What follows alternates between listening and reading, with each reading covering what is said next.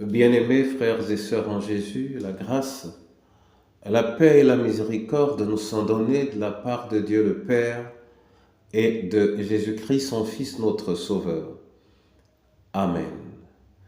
Pour notre méditation de ce jour, nous allons lire dans le livre des Proverbes 25, le verset 2. Avant cette lecture, nous chantons « À toi la gloire, ô ressuscité ». À toi la gloire, ô ressuscité. À toi la victoire pour l'éternité. Brillante lumière, l'ange est descendu. Il roule la pierre du tombeau vaincu. Oui, à toi la gloire, à toi la gloire, ô ressuscité.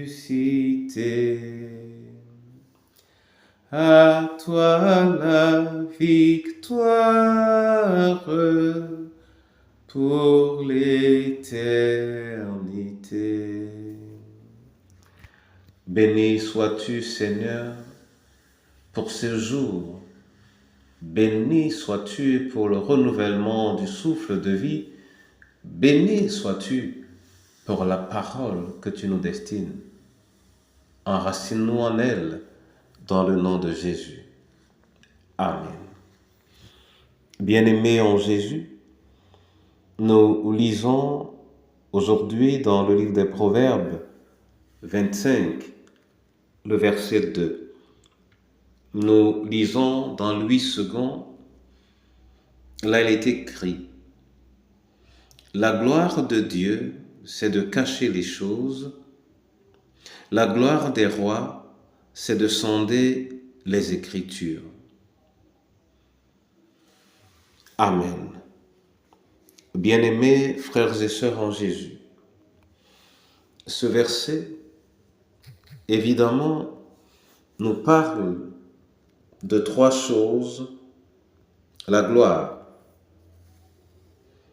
d'une part, celle de Dieu, d'autre part, celle des rois. Mais il nous parle également de l'attitude de Dieu dans la manifestation de sa gloire, qui est de cacher les choses. Et pour le roi, sa gloire est dans sa disponibilité à sonder les choses. Il y a donc deux attitudes différentes, mais je voudrais surtout nous ramener à ce que l'on appelait ici la gloire de Dieu. Pourquoi la gloire de Dieu serait-elle de cacher les choses? Premièrement, cacher les choses pour Dieu est important parce que nous pourrons ne pas gérer convenablement ce qu'il met à notre disposition. La deuxième raison est que nous ne pouvons pas être Dieu, avoir tout entre nos mains ferait de nous des dieux. D'où la gloire de Dieu, c'est effectivement d'avoir des choses cachées qui ne sont qu'à lui et à travers lesquelles il gardera toujours la place qui est sienne. Mais ceci, c'est pour notre bien. Rappelons-nous ce que l'on a accompli à Babel, une tour à travers laquelle l'homme voulait littéralement égaler Dieu, vivre sans Dieu.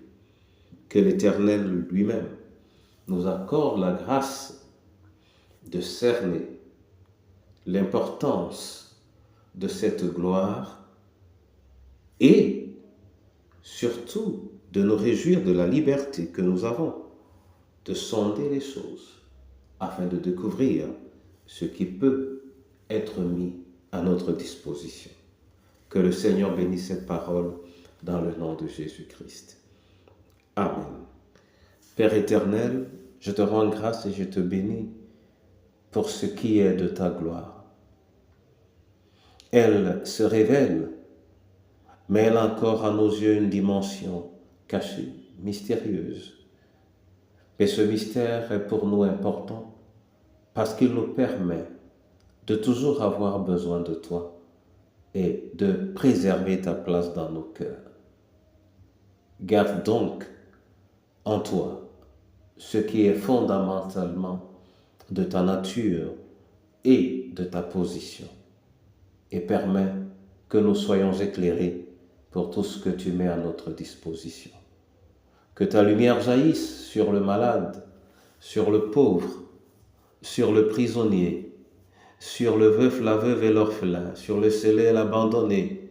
Que ta lumière jaillisse, Seigneur, sur chacune de nos familles, sur ton Église et sur notre pays. Et que tout ce que nous ignorons, tout ce que nous ne devons pas savoir, soit gardé entre tes mains, qui nous soutiendra le moment venu. Sois béni et exalté au nom de Jésus-Christ. Amen.